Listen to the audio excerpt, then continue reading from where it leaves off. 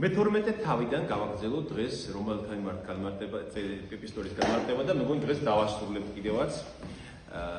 თავარ ძირითადი ნაწილი გავიარეთ ჩვენ რომელთა მიმართ ეპისტოლის.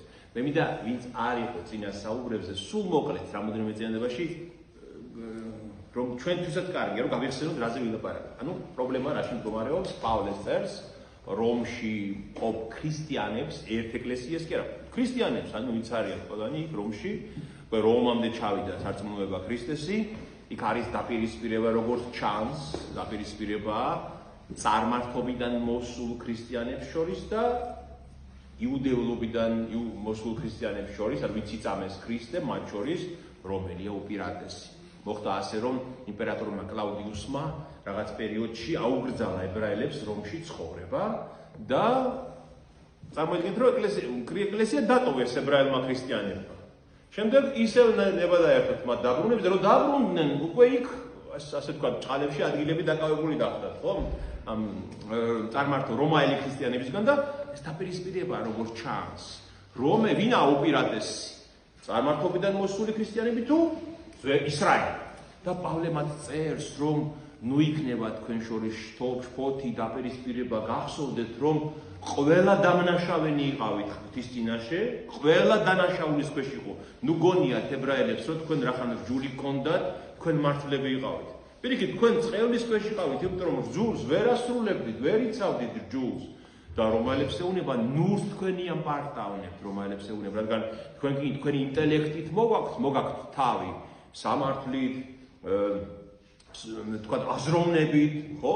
მაგრამ იმას, რასაც თქვენ ინტელექტით გმობთ, თავად ჩადიხართ, ხო? ცნობილია ის სასტიკი და ადამიანობა, რაც რომის იმპერიაში იყო, ხო? ამიტომ ყველა რომაელიც და იუდეველიც ცოდვის ქვეშ იყო. ახლა ღმერთმა არა რომელიმეს დამსახურებისთვის, არამედ ინება ღმერთმა თვითონ ყველას გამოსყიდა. ყველა გამოგისყიდა ღმერთმა და გაგათავისუფლად ძველი დანაშაულისგან, ხო? რომაელებიც და ებრაელები სხვა ადამიანის და ევას შთამომავლები არიან და იმ ადამიანის და ევას შეწოდება მათზე ძდებს, ხო? აწვევად. და ამიტომ ღმერთმა ქრისტეს ჯვარცმით გაგათავისუფლად ამისგან და ნუ იამპარტავნებთ ამბობს და წინა საუბარზე ჩვენ გვქონდა ლაპარაკი იმაზე, რომ ებრაელები ამბობს გადატყდნენ წაიფორხილეს დაბკოლების ლოდზე, ანუ ქრისტეს მოსვლა მათთვის იყო დიდი განსაცდელი ამბობს პავლე და წაიფორხილეს, გადატყდნენ, გაებნენ ამ მახეში, ვერ მიიღეს ქრისტე, ვერ იცნეს ქრისტე და მაგრამ ამის გამო ნუ იქნებით ებრაელთა მტრები, ისრაელის მტრები ნუ იქნებით ამბობს პავლე. მე ვლოცულობ, პავლე ამბობს, მათ მოსაქცევად, რომ მათაც ჩემმა ძმებმა ებრაელებმაც შეიცნო ქრისტე. და ეს წერილი შესულია ახალ აღთქმაში. ანუ დოგმატურია ეს, გესმით? უცვალებელი ჭეშმარიტებაა. ამიტომ ეს გვასწავლის კიდევ ჩვენს დამოკიდებულებას ისრაელის მიმართ და ებრაელი ხალხის მიმართ. და პავლე ამბობს, რომ იცოდეთ ძმებო და დებო, გეტყვით დიდ საიდუმლოს გაგიმჟღავნებთ. ეს ამბობს, დიდ საიდუმლოს გაგიმჟღავნებთ, რომ ისრაელის სიბრმავე ნაწილობრივია, დროებითია. ამორს თქვას ამბობს. ნაწილობრივი რატომ არის? იმიტომ რომ პატარა ნაწილმა ხო მიიღო ქრისტე. მიიღო. დიდმა ნაწილობრივია მათი სიბრმავე და დროებითია. რაღაცა დროით დაბრმავდა ისრაელი ქრისტეს მიმართ და ბოლო ჟამს რაღაც ნაწილი, დიდი ნაწილი, ანუ ის ნატამანი, ის რჩეული ხალხი ებრაელებს შორისაც შეიცნობს ქრისტეს და მის მეორედ მოსვლას დახვდებიან მისი მორწმუნენი ისრაელშიც. ამიტომ ჩვენი დამოკიდებულება უნდა იყოს შესაბამისი ისრაელის და ებრაელი ხალხის მიმართ, ხო? ხომ ასეა? იმიტომ რომ ჩვენს თვალწინ უზარმაზარი სასწაულები მოხდა.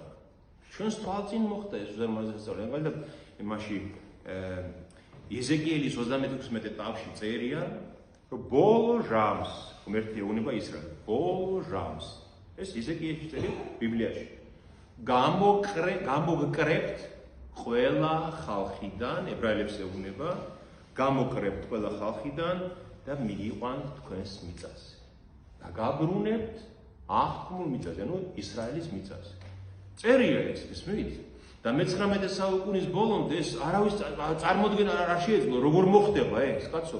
იქ ოსმალეთის იმპერიას ეკუთვნის ისრაელი, ცხოვრობენ სულ არაბები, რამდენიმე ათასი შეიძლება ებრაელი.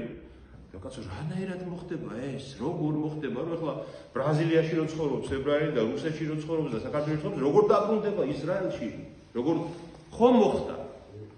ხომ მოხდა ჩვენს თვალწინ? ხო, აი არწივების თვით აგიყვანთ და მიგიყვანთო იქო. თქვენი პრობლემა ეგ არ არისო ისრაელს ეუბნება, მე დაგაბრუნებ თქვენო.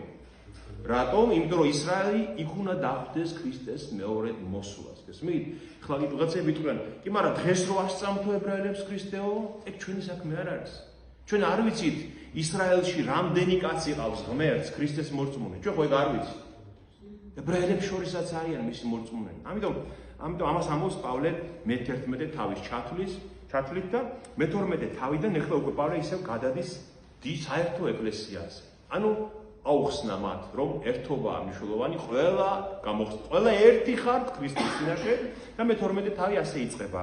გემუდარებით ძმანო და დანი. ღმრთის მოწყალებით, ცოცხალ წმინდა კეთილსასურველ მსხვერპლად უძღვენი თქვენი სხეული ღმერთს, რათა გონივრული იყოს თქვენი ღვთისმსახურება. ნახეთ ქრისტე რას ამბობს პავლე?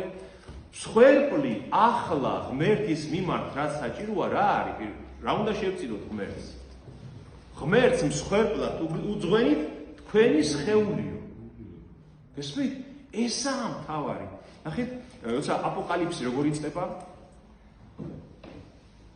იესო ქრისტესგან, რომელიც არის სარწმუნო მოწმე, პირმშო განსვენებულთაგან, რომელმან შეგვიყვარა და ჩვენი ცოდვებისგან გაგუბანა თავისი სისხლი.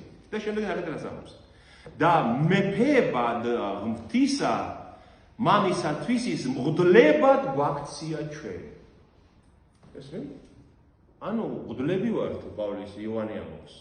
ვინა ყველა ესე კი? მეფეები და მღვდლები. ყველა მეფე მღვდლები ხო არ იყო? ეს რო თქვა ჩვენ რომ მის მოწაფეებს ეუბნება მხოლოდო, ხო? მაშინ მოწაფეებშიც ყველა მეფე ხო არ იყო? ანუ ყველას ეუბნება მის მორწმუნეებს. მეფეებად და მღვდლებად გვაქცია. და ძველ აღთქმაში მღვდლები რას აკეთებდნენ? რას აკეთებდნენ მღვდლები? მსხვერპლს ცირავდნენ, ხო, ღმერთს? ახლა ყველა თითოეულ თქვენთაგანი მოვალე ხართ, შესწიროთ ღმერთს მსხვერპლი და გააქვთ ამის უფლება, რომ შესწიროთ ღმერთს მსხვერპლი და ეს მსხვერპლი არის პირველ რიგში თქვენი საკუთარი სხეული. და ეს საკუთარი სხეული ღმერთს რო შესწირო, უნდა იყოს წმინდა, უცოდველი, სუფთა, შეურყვნელი, უმციკლო, გესმით? ღმერთს ხო არ შესწირავ რაღაცა გაბინძურებულს, ცოდვიანს, უწმინდულს ხომ არ შესწირავ? ამიტომ გაახსოვდეთ მე პავლე ამბობს, რომ კეთილსასურველი მსხვერპლი იყოს ახლა ამჯერად თქვენი სხეული. მაგალითად, დილას რო წამოდგები კვირა დილას, ყველაფერს დატოვებ, ამ შენ სხეულს მოამზადებ და წამოხვალ ტაძარში, ხო? გული რომ მოგაქვს ამ შენი სხეულით, გონება რომ მოგაქვს და მოდიხარ და მონაწილე ხარ ამ წირვალოცვის. ეს არის მსხვერპლშეწირვა შენი. ხომ ასეა? შენ ხო ცხვარს არ მოიკიდებ და არ მოყავს დღეს ტაძარში. ან ხარი ხო არ მოყავს, ან მამარი რო დაუკლა. აბა რა მოგავს? შენი საკუთარი თავი. და ეს არის ახალ აღთქმისეული მცნება. გესმით? ახალი აღთქმა ჩვენ უნდა ვიცოდეთ, ეს არის ქრისტეს რჯული ქვია ახალ აღთქმას მეორენაირად. გესმით? და თუ ძველ რჯულში მოსეს აღწერილი ქონდა წესები და კანონები, როგორ უნდა შეეწირათ მსხვერპლი ლევიანთა წიგნში მაგალითად. ახალ ქრისტეს რჯულშია პავლე გვეუბნება შეესწირეთ ღმერთს კეთილსასურველ მსხვერპლად თქვენი საკუთარი თავი, ანუ საკუთარი სხეული.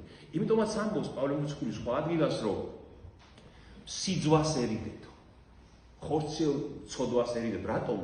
იმიტომ რომ კაცო მეძავსო, ანუ უწმინდურ ადამიანს ვინც შეუერთდებაო, მისი ნაწილი ხდებაო.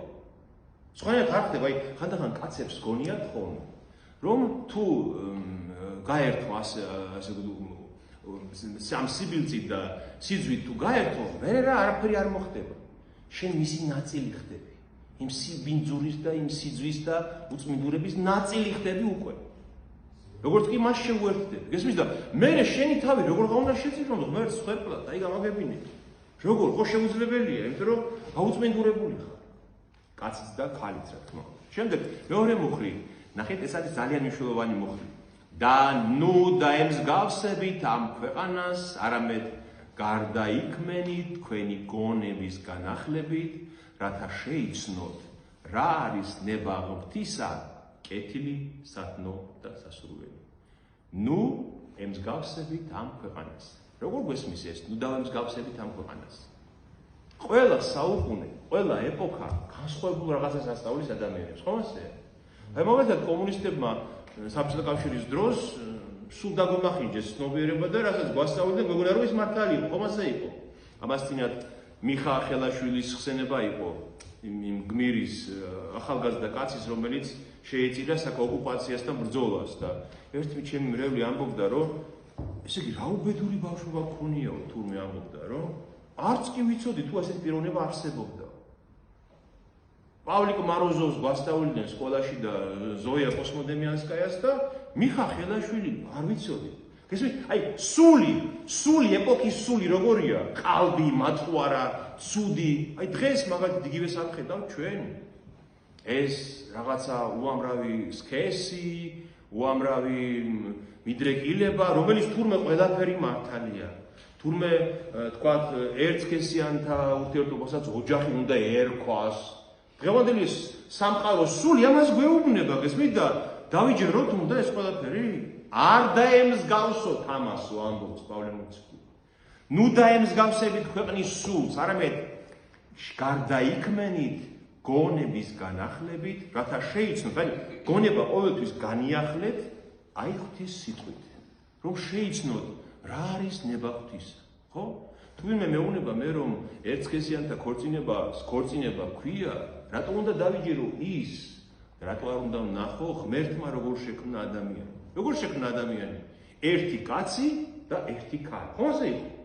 და ესე შექმნა ღმერთმა კავშირი სქესებს შორის ეს არის, ხო ასე? და რატო უნდა დავიჯერო მე სამყაროს სული, რასაც მეუნება, რომ ეს ყოფილა თურმე არ დავიჯერებ ამას, გესმით? ამას გვეუბნება პავლე მოციქული მუდმივად ღვთის სიტყვის მოსმენით, გარდაიქმენით. და შემდეგ პავლე ამ მე-12 თავში ჩამოთვლის უამრავ პრაქტიკულ დარიგებას, აი თუ ვინმეს გვინდა ვიცოდეთ ეკლესიაში როგორ უნდა ვიცხოვროთ და ეკლესიის გარეთაც რა თქმა უნდა მორწმუნეებს მეუნება პირველ რიგში მორწმუნეებთან ძნელი იქნება ამის გაკეთება, მაგრამ აი მორწმუნეებმა როგორ უნდა ვიცხოვროთ? ნახეთ რა მოსამობს, აი რამოდენიმე ადრეც დავიკითხავ. ყველას მიმართავ ჩემ და მოცემული მადლითო. ნუ რავინ იფიქრებს თავის თავზე იმაზე უფრო მეც, ვიდრე მართებს ფიქრი. საკუთარ თავზე კეთმაღლური ფიქრი არ დაუშვა თქვენს თავში, ამბობს უფალი. ნუ გეგონება რომ შენ მეტი ხარ, შენს ძმაზე ან შენს დაზე, ვინც შენს გვერდით არის. არამედ იფიქრო ზომიერად, ღვთის მიერ თითოეულისათვის მიგებული რწმენის თანახმად. რადგან როგორც ერთ სხეულს ჩვენსაც მრავალი ასო აქვს, მაგრამ ყველას ასოს ერთ და იგივე საქმე როდი აქვს, ასევე ჩვენც მრავალნი ერთი სხეული ვართ ქრისტეს მიერ, ხოლო ცალ-ცალკე ერთმანეთის ასოები ვართ.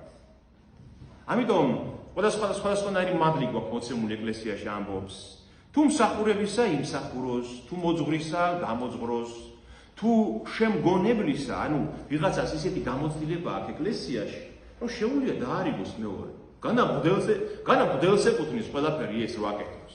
აი ვიღაცას დიდი გამოცდილება აქვს ეკლესიაში და ახალმოსულია ვიღაცა, მას შემგონებელია მისთვის და მას აქვს უფლება და მოვალეც არის, რომ სიყვარულით შეაგონოს და დაარიგოს. მარტო მღვდლის საქმე არ არის ეს, გესმით? თუ მოწყალების გაცემისა უშველად გაეცი, თუ წინამძღვრობისა გულმოდგინედ უწინამძღვროს, თუ ხველმოქმედების უნარიდან იჭიავს სიხარულით აღასრულოს ხველმოქმედების საქმე. ეხლა ხანდახან ჩემს მრევლს მაგალითად მე არც გამიგია ხოლმე ისი აუხსულებია ხველმოქმედება. აი სხვა ქალაქებში ხო დავდივარ, აქაც მოხდარა ხოლმე ეს. მათ იციან უკვე რაც უნდა გააკეთონ და ხველმოქმედება შეუკრებიათ და ვიღაცისთვის მოწყალება გაუწიათ. ასე უნდა იყოს, გესმით? ასე უნდა იყოს. არ შეიძლება რომ მღვდელს უყუროთ ყოველთვის, აი მღვდელი რასაც გვეტყვის, ის არა. ჩვენ თვითონ ვიცით როგორც ვიცხოვრობთ, ხო? გულმოდგინება ნუ დაგზარდებათ. სულით მდუღარენი იყავით. აი ეს არის უძვირფასესი მუხლი. სულით მდუღარენი იყავით. აი თუ შეატყე შენს თავს რომ გაგინელდა ეს შეცნობის უნარი, მოქმედების უნარი, თუ აი ღვთის სიტყვის მიმართ განელდი, გაცივდი, ამან უნდა შეგაშფოთოს. აი ხანდახან მოვახომ ადამიანს და ვეკითხები რომ აი ღვთის სიტყვას სწავლობ, კითხულობ, იცით დიდი ხანია არ წამიკითხი ამას. როგორ არ გაწუხებს მე ეს? სული დუღარი არა ხარ? როგორ ხო? მე მაგალითად აი მაწუხებს ხოლმე თუ ხშირად მithქვია თქვენთვის რომ თუ სიტყვაზე ახალი რამე ვეღარ ვიპოვე ხოლმე ბიბლიაში წუხვარ, იმიტომ რომ ესე იგი აღარ მიცხადებს ღმერთი. ყოველთვის სულ ახალი და ახალი რაღაც საზრდო უნდა მოდიოდეს, იმიტომ რომ ვეძებდე უნდა და ღმერთიც პასუხობს და მაძლევს ახალ შემეცნებას, ხო? ახალ